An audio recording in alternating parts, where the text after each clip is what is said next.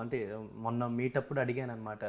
మీరేంటి శుభం తర్వాత ఎలా ఉంది రాజ్‌డిక గారితో అండ్ సమంత గారితో మీరు ఎలా ట్రావెల్ అవుతున్నారు ఏంటి అని అడిగితే నేను స్టిల్ ప్రొడ్యూసర్ అని సేవ్ చేసుకొని ఉన్నాను. ఏంటి సమంత గారికి తెలుసా పరదా సినిమా గురించి? తెలుసు, సమంత గారికి తెలుసు. She is going to watch this film. ఇంకా చూపించలేదు. చూపిస్తాను. And she really loved the whole trailer share చేశారు. అండ్ ఉమెన్ మీద ఎంత మంచి సినిమా చేసావు అని she appreciated it. And definitely it's a good film, she will like it.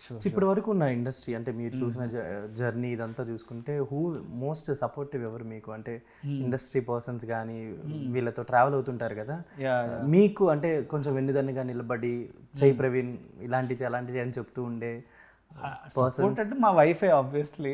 Industry people, industry wife mother father అలాగే సపోర్ట్. ఇండస్ట్రీ అంటే obviously మా ప్రొడ్యూసర్ విజయ్ గారు. ప్రొడ్యూసర్ డబ్బులు నిలబెట్టి వాళ్ళు డెఫినెట్లీ సపోర్ట్ చేస్తారు మన సినిమా తీయాలి కాబట్టి.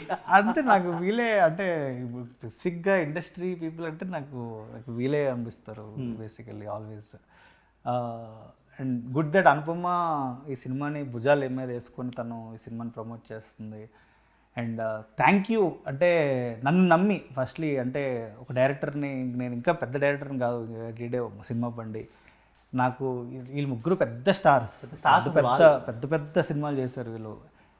They three trusted me. Okay, ఒక డైరెక్టర్ని నమ్మారు. ఓకే, ఈడేదో కథ చెప్పాడు, నమ్మారు, లెట్స్ గివ్ వన్ ఛాన్స్.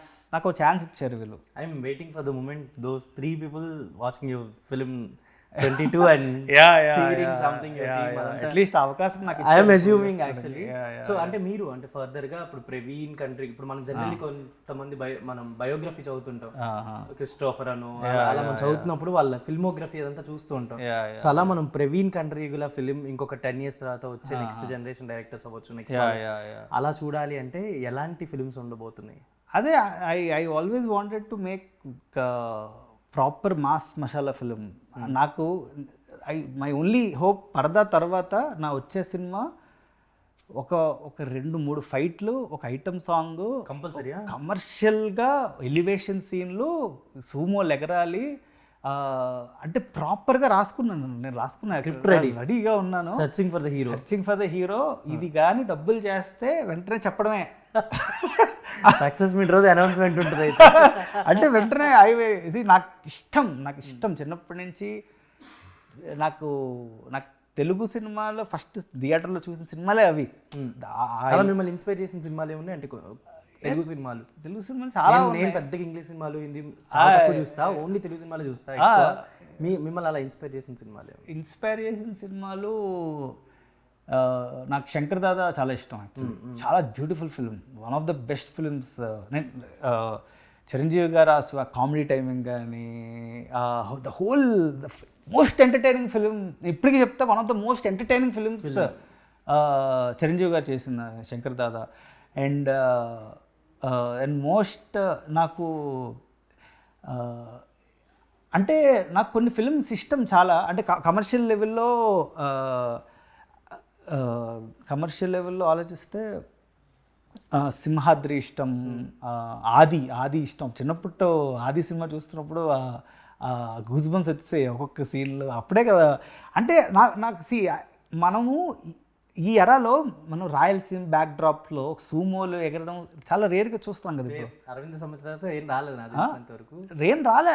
ఈ ఏమో మర్చిపోయారేమో మన నరసింహారెడ్డి అన్నీ ఈ ఫారెన్ సినిమాలన్నీ చూసి ఫుల్ చేస్తాం. కానీ those films are man. Indra కానీ, ఆ ఎలివేషన్ సీన్లు కానీ క్రేజీ ఫిల్మ్స్. ఐ థింక్ మళ్ళీ ఆ ఎరా రావాలి, ద హోల్ టర్న్ అవ్వాలి, మళ్ళీ ఆ ఎరాని మళ్ళీ తేవాలనిపిస్తుంది నాకు. అండ్ ఒక ఫైనల్ క్వశ్చన్ యాక్చువల్లీ, అంటే ఇప్పుడు ఒక జనరల్ డిస్కషన్ ఏంటంటే పాత ఫిల్మ్స్ చాలా బాగుంటున్నాయి మ్యూజికల్ పరంగా, డైలాగ్స్ పరంగా, క్రిటికల్లీ పరంగా, అన్నిటి పరంగా. అందుకని అవి రీరిలీజ్ చేసుకొని దాని యొక్క రిపీట్ వాల్యూ ఎక్కువ. సో అలాంటి సినిమాలు చాలా తక్కువ వస్తున్నాయి అనే టాక్ ఉంది. సో ఇప్పుడు నాకు తెలిసి మీ సినిమాతో పాటు కూడా బాస్ సినిమా August 27 కూడా రీరిలీజ్ అవుతుంది.